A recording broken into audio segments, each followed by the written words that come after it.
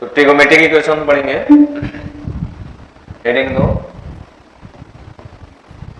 Trigonometric equation. नाम सुना लो पहले, नहीं? अर्थात त्रिकोणमिति समीकरण। अच्छा, समीकरण का तो नाम सुना होगा छठा क्लास से। तो समीकरण में जैसे लीनियर समीकरण, लीनियर इक्वेशन हम लोग पढ़ते आ रहे हैं, क्वाड्रेटिक इक्वेशन, क्यूबिक इक्वेशन। जैसे 2x + 10 = अगर 0 है तो इसमें क्या चीज का वैल्यू प्राप्त करते थे? x का वैल्यू कैसे फाइंड करते थे? x = -10/2 यानी -5। x का वैल्यू यहाँ है -5, यानी -5 रखेंगे तो इसको सेटिस्फाइड करेगा, 0 बनाएगा। तो ट्रिगोमेट्रिक इक्वेशन में क्या है, जैसे sin x 10th क्लास में हम लोग sin x = 1/2 लेते थे।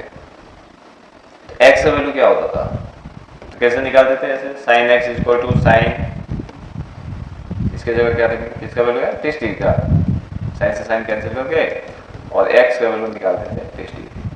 ठीक है, 10th क्लास में ऐसे पढ़े। और इंटर क्लास में क्या x का वैल्यू सिर्फ 30 डिग्री का मान 1/2 होगा, और हो सकता है x और डिग्री ले सकते हैं, और ले सकते हैं। अनगिनत डिग्री का मान 1/2 हो सकता है। कैसे? इसी को प्राप्त करने के लिए हम लोग ट्रिगोमेट्रिक इक्वेशन पढ़ते हैं। इसका डिफिनेशन बनाएंगे, the equation containing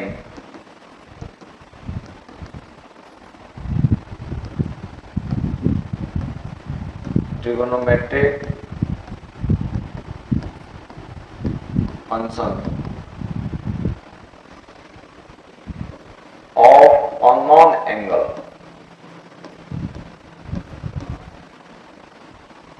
are known as trigonometric equation. ठीक है, यहां जिक्र किया गया है अननोन एंगल। अननोन एंगल की जानकारी, कोई भी ट्रिगोनोमेट्रिक फंक्शन के अननोन एंगल की जानकारी ट्रिगोनोमेट्रिक इक्वेशन से आप प्राप्त कर सकते हैं। जैसे अगर यहां लेते हैं sin x का मान 0, ठीक है, तो 0 कब होता है? x की जगह 0 डिग्री लेंगे तो 0 होगा, ये ना होगा? x की जगह 0 डिग्री लेंगे तभी ना मान क्या आएगा? 0। तो क्या सिर्फ 0 डिग्री पे 0 आएगा? पिछले क्लास में पढ़े थे लोग क्वाड्रेंट के हिसाब से।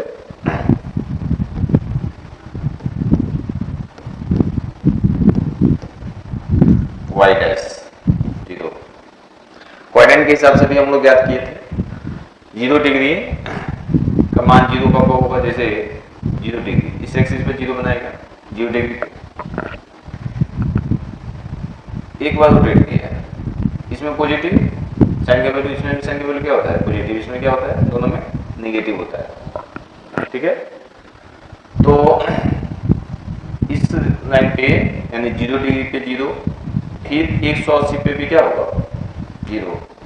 जैसे बताया गया था कि साइन 180 माइनस या प्लस थीटा इक्वल टू क्या होता है? Sine theta. ठीक है, प्लस थीटा पे चेंज हो जाएगा, माइनस थीटा पे क्या होगा? साइन थीटा होगा। 180 माइनस थीटा लेते हैं तो क्या देगा? पॉजिटिव वैल्यू देगा साइन थीटा। तो ये हो जाएगा साइन 180 डिग्री माइनस 0 अर्थात कितना होगा? साइन 0। और साइन डिग्री का मान क्या आता है? इसको लिख सकते हैं ना, साइन 180 में से 0 घटाएंगे तो कितना होगा? 180 होगा। और और 180 का मान भी क्या प्राप्त होगा, 0 डिग्री होगा।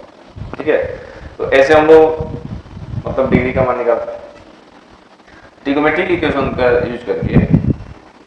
एक ये हो गया, दूसरा क्या होगा, फिर 360 पे होगा, तीसरा क्या होगा, फिर 540 पे होगा, ऐसे क्या होगा, बढ़ते जाएगा। ठीक है, तो इसी के लिए जनरल फॉर्मूला बनाया गया, जनरल सोल्यूशन इसका बनाया गया कि किस किस एंगल पे, पाई पे, 2 पाई पे, 3 पाई पे, सब पे मान क्या देगा, 0 देगा। सब पे इसका मान क्या होगा, 0। तो ये कहाँ तक, इसको हम लोग लिख सकते हैं ना, n पाई तक मान क्या होगा, 0 होगा। यानी x के जगह हम लोग x के जगह क्या क्या ले सकते हैं, 0 डिग्री ले सकते हैं, पाई ले सकते हैं, 2 पाई ले सकते हैं। ठीक है, कहाँ तक, n पाई। तो ये जो n पाई, n यहाँ क्या ले सकते हैं हम लोग, कोई भी इंटीजर्स ले सकते हैं, प्लस में माइनस। ठीक है, तो यही जो n पाई है इसी को हम लोग बोलेंगे जनरल सोल्यूशन। ठीक है, यानी साइन x का मान 0 तभी होगा जब x का मान क्या होगा, n पाई होगा। n पाई का मतलब जितना हम n रोटेट कराएंगे वो क्या बनेगा, n बनेगा। जैसे 0 डिग्री हो गया, एक बार रोटेट कराए, 2 पाई 2 बार रोटेट कराए। ठीक है, ऐसे बढ़ते जाएगा। अरे समझ में, अगर ये तो 0 का हो गया, अगर तो हम लेते हैं sine x equal to 1/2, 1/2 x का वैल्यू क्या क्या हो सकता है, किस किस एंगल पे, कौन कौन अननोन एंगल पे मान 1/2 होगा। तो इसको भी मान निकालने के लिए जैसे हम लोग बनाते थे, साइन किसका था, 30 डिग्री, तो x का मान 30 डिग्री आया, 30 डिग्री आता तो हम लोग लिख सकते हैं या π/6। ठीक है, तो x का मान ये सिर्फ जानना है 30 डिग्री, और वैल्यू हो सकता है, जैसे क्वाड्रेंट के हिसाब से भी बना सकते थे। तो 180 में से 30 घटाएंगे कितना होगा, 150, यानी 150 की मान होगा। ठीक है, 360 प्लस 30 ले सकते हैं, यानी कितना होगा, 390 डिग्री। ऐसे हम लोग ज्ञात कर सकते हैं।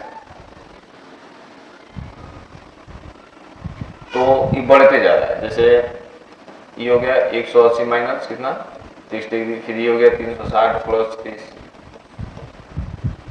ऐसे मान निकलते जा रहा है। तो इसके लिए हम लोग जनरल सॉल्यूशन बनाए कि किसी भी अननोन एंगल का मान निकाल सकते हैं। तो साइन एक्स यहाँ लिखे हैं कि साइन एक्स बराबर, जैसे इसका मान निकालने के लिए साइन 30 डिग्री, उसी पर अगर दिया हो sine x equal to sine y. ठीक है, तो sine x equal to sine y अगर हो तो इसके लिए जनरल सॉल्यूशन होगा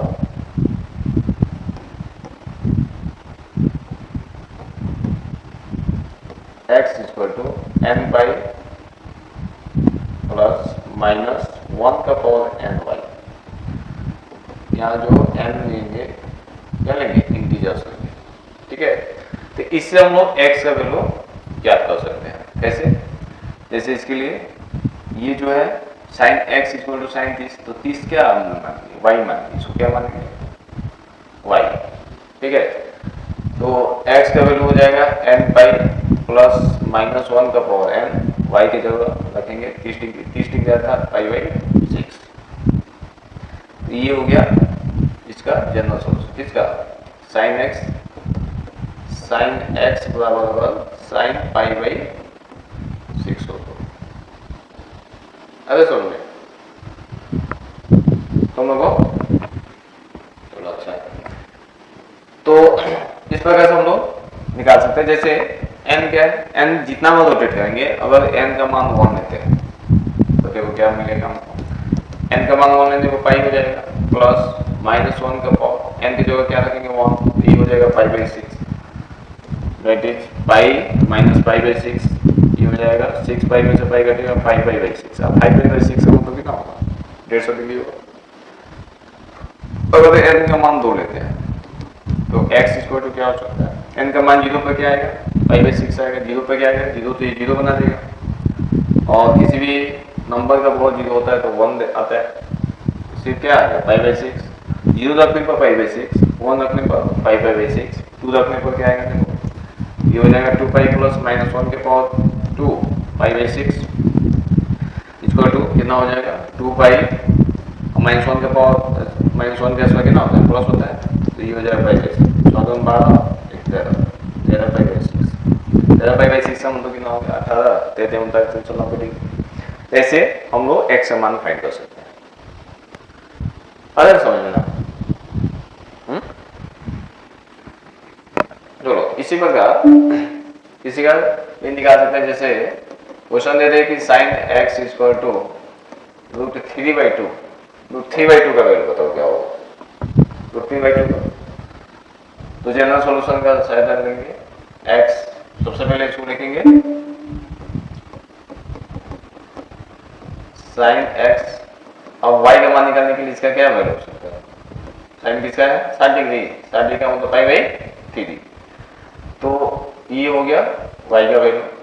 तो x का वैल्यू क्या हो जाएगा n पाई प्लस माइनस 1 का पावर n y।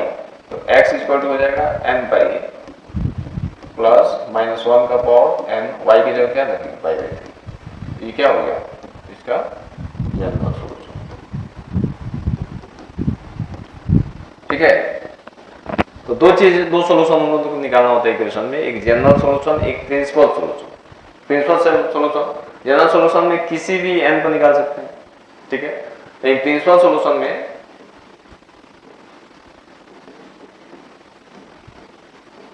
सिर्फ हम लोग 0 से 2 पाई के बीच में निकालेंगे। ठीक है 0 से 2 पाई के बीच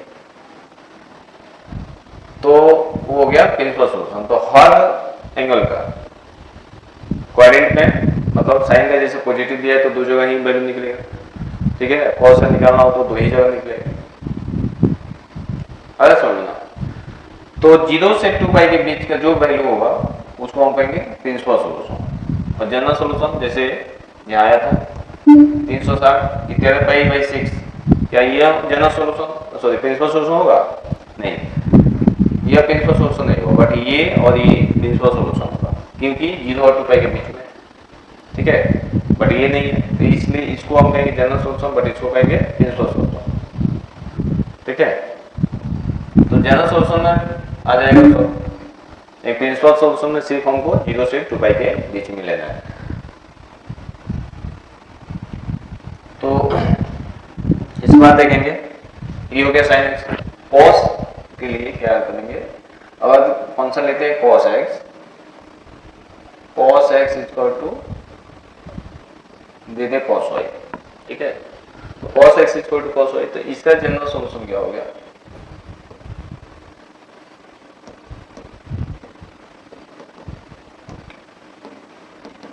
2n pi plus minus y। यहाँ भी n कर लेंगे इंटीग्रल। ठीक है ये जनरल सॉल्यूशन होगा। जैसे क्वेश्चन देते cos x इक्वल टू